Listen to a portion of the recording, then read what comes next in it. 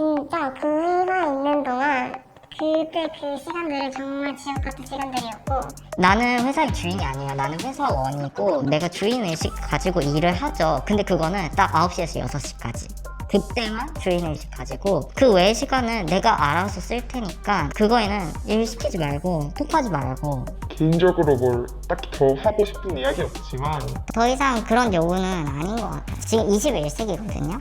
내가 이 회사에서 더 이상 얻을 게 없고 줄 마음도 없고 일할 열정, 의욕도 사라진 그런 한마디였습니다.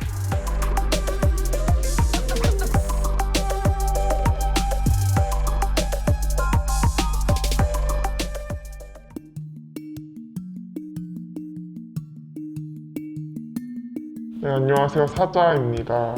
퇴사한 지는 한 2개월 반 정도 됐었고 한 번의 퇴사를 하였습니다. 저는 코끼리고요. 2번의 퇴사를 경험한 사람입니다.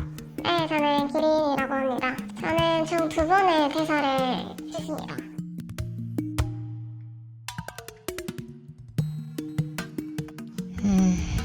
퇴사는 솔직히 뭐 이런저런 이유를 대긴 했지만 가장 큰 건 사실 연봉이었어요.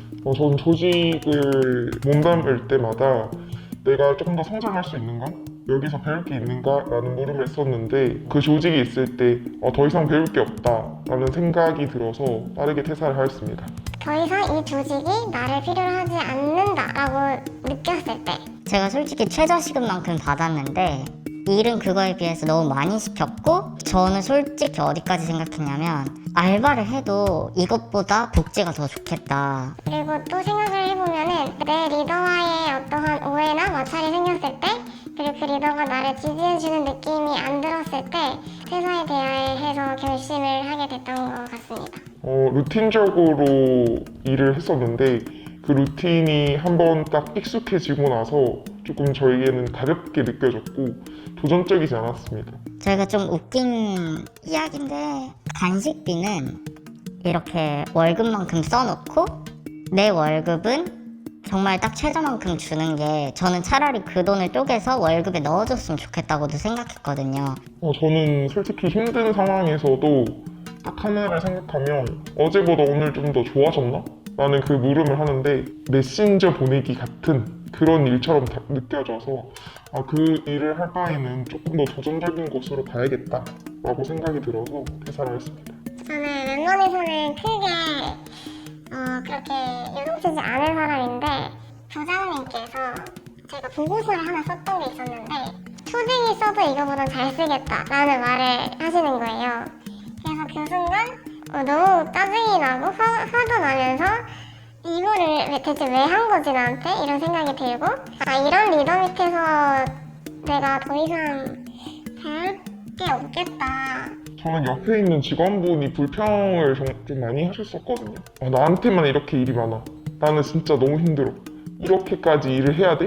이렇게 얘기를 하루하루 그리고 계속 했었는데 그 이야기를 딱 듣는 순간 제 미래가 같다 라는 확신이 있었고, 그리고 점점 저도 그렇게 얘기했던 것 같습니다. 그래서 더 남아있을 것이냐 라는 그 물음을 하면서 떠나자 라고 확신하면서 떠날 수 있었습니다. 저는 돌아봤을 때 사람한테 좀 영향을 많이 받았던 편이었던 것 같아요. 일도 중요하지만 그 일에 대해서 누군가가 인정해주고 격려 같은 부분이 없었을 때 좀 현타가 왔던 것 같습니다.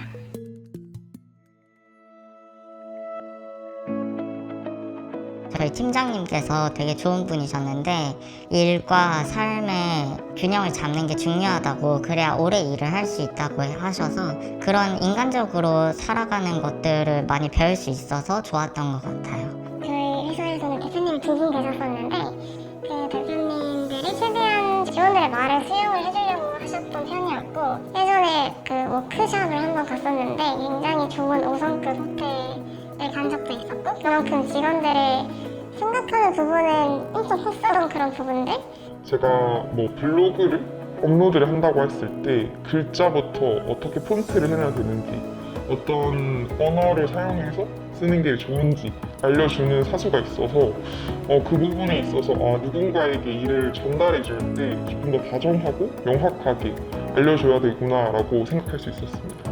저는 솔직히 사람들 때문에 그나마 긴 기간 회사 생활을 이어나갈 수 있었고 동료들도 굉장히 잘 지내고 해서 동료들도 좋았었습니다.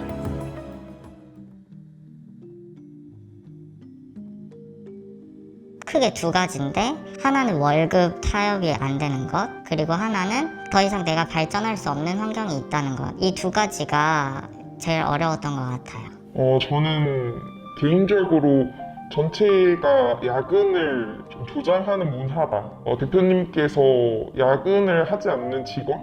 특히 제가 야근하지 않았었는데 땡땡 씨는 야근도 안 하는데 그런 느낌을 계속 받았습니다. 그리고 뿐만 아니라 다른 직원분들도 야근을 정말 생활화해서 밤 11시까지 3개월 동안 일을 진행했었는데 내가 이렇게 열심히 일하는데 대표님은 그걸 알아차리지 못하신다라고 이야기하시는 걸 보고 야근이 생활화되어 있는 문화가 좋지 않다라고 생각했습니다. 한 분은 굉장히 불같은 대표님이셔서 거의 성과를 다 드러내시는 분이어가지고 본인의 그 화나 짜증을 주체하지 못하고 직원들에게 그대로 이제 분출하는 그런 분이셨는데 저희가 이제 직격타로 맞았던 그런 부분이 좀 아쉬웠고 그 전에 퇴사했던 분이랑 소통을 했었는데 제가 있었던 직책에서 그 전에 퇴사했던 분이 되게 많았다라고 들었었거든요. 2년 동안 3명이 퇴사했다고 들었는데 그러면서 그 전 퇴사자분이 일이 이렇게 과다하고 정말 과중되게 들어오지 않았다면 오래 다녔을 거예요 라고 이야기하셨던 거를 들었습니다. 실제로 저희 팀장님도 제가 퇴사하고 나서 퇴사를 하셨는데 더 이상 이 회사에서 발전할 수 없다는 점에 되게 불만족스러워 하시더라고요. 그리고 다른 분이 요청을 해서 잠깐 쉬다가 돌아왔는데 그분이 했었던 말이 바뀔 줄 알았는데 하나도 바뀌지 않았다라는 말이었습니다. 조금 가망이 없구나. 애초에 구조 자체가 일이 줄어드는 방향으로 가지 않는구나를 알 수 있었습니다. 그 회사에 있었던 그 1년 반 정도의 시간 동안 27번째 퇴사자였거든요. 그만큼 퇴사자가 엄청 많았던 그런 조직이었는데 좀만 더 표현을 잘 해주고 커뮤니케이션을 잘 원활하게 해줬으면 좋지 않았을까. 본인 편으로 만들면 더 열심히 일할 직원들인데 그런 부분들이 좀 아쉬웠던 것 같습니다.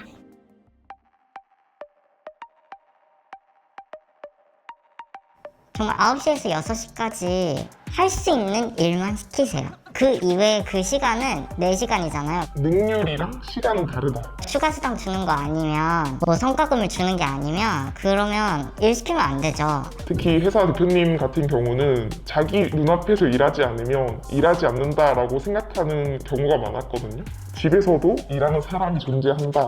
그러니까 사실 별게 아니라고 저는 생각을 하거든요. 직원들의 말만 잘 수용해주고 듣기만 해도 엄청 큰 위로와 위안이 될 거라고 생각을 해요. 그렇게 작은 것만 해도 그 직원은 더 열심히 열정으로 일을 할 거라고 저는 생각을 하고 이게 사회생활하는 회사원들한테 되게 큰 일이거든요.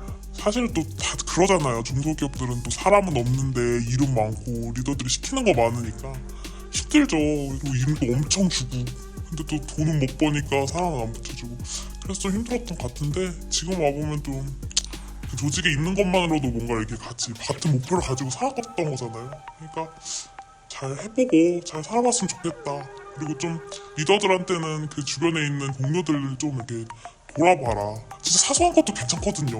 머리 잘랐냐 이런 거 봐주는 거 그런 사소한 관심 그거 하나면 되지 않을까 이런 생각을 합니다.